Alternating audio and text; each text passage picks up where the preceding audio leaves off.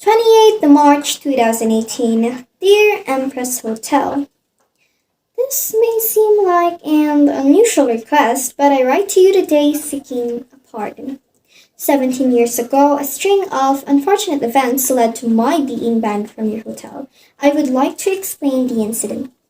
In 2001, I had recently joined my current employer, and I was also in the Canadian Naval Reserve.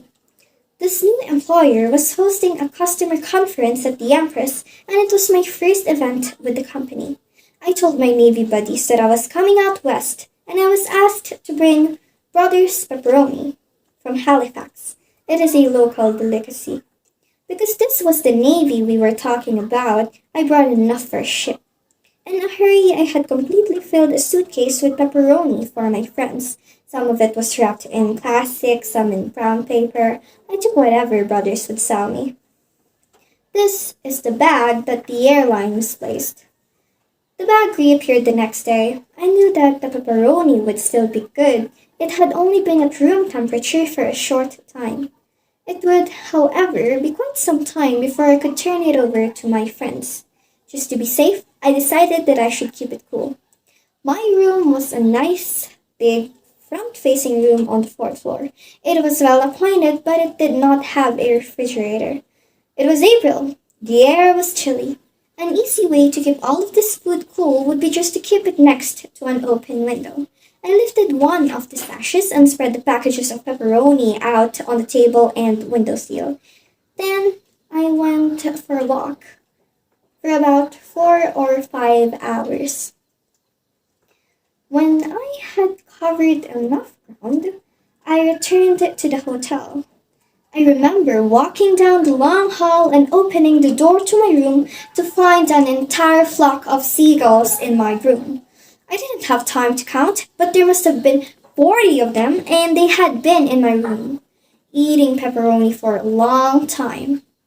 In case you were wondering, Brothers TNT Pepperoni does some nasty things to a seagull's digestive system.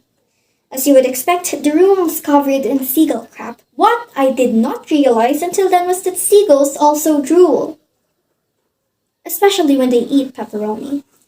I'm sure you have an image in your head. Now remember that I have just walked into the room and startled all of these birds. They immediately started flying around and crashing into things as they desperately tried to leave the room through the small opening by which they had entered. Less composed seagulls are attempting to leave through the other closed windows.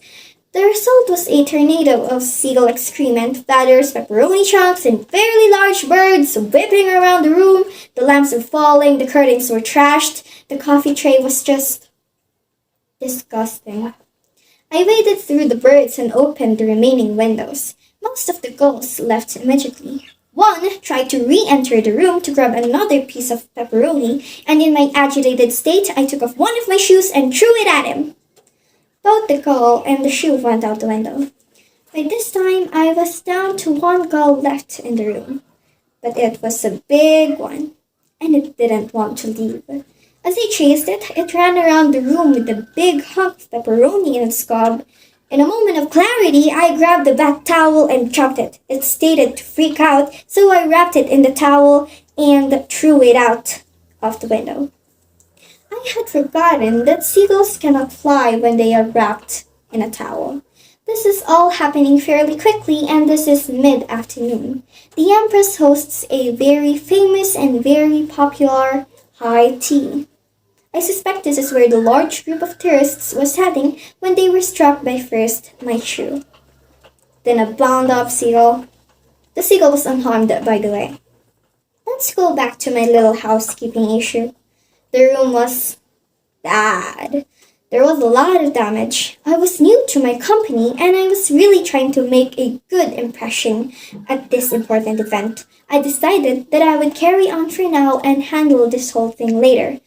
I then realized that I had only a few minutes before an important dinner and that I only had one shoe. I made my way to one of the side doors and recovered both the shoe and the towel that were laying in some wet soil bare at the walking path. The shoe was a mess. I took it back to the room. By this time, I had closed the windows and the air was becoming quite ripe with the smell of digested pepperoni and fish. I went into the washroom and rinsed the mud off of my shoe. It cleaned up nicely, but now I had one wet, dark shoe and one dry, light colored shoe. In retrospect, I should have just wet the dry shoe. Instead, I chose to dry the wet shoe using the little hair dryer. It was actually doing quite well. I had the hair dryer jammed in there and the shoe was drying quite nicely. Then the phone rang. I went into the next room to answer it and the power goes off. It turns out that the hairdryer had vibrated free of the shoe and fallen into the sink full of water, and the GFI didn't seem to be 100% functional. I don't know how much of the hotel's power I knocked out, but at that point, I decided I needed help. I called the front desk and asked for someone to come help me clean up a mess. I can still remember the look on the lady's face when she opened the door. I had absolutely no idea what to tell her, so I just said, I'm sorry. And I went to dinner.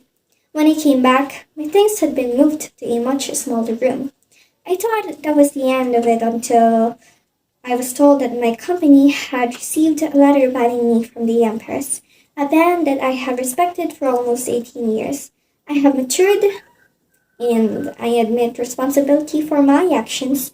I come to you hat in hand to apologize for the damage I had indirectly come to cause and to ask you reconsider my lifetime ban from the property.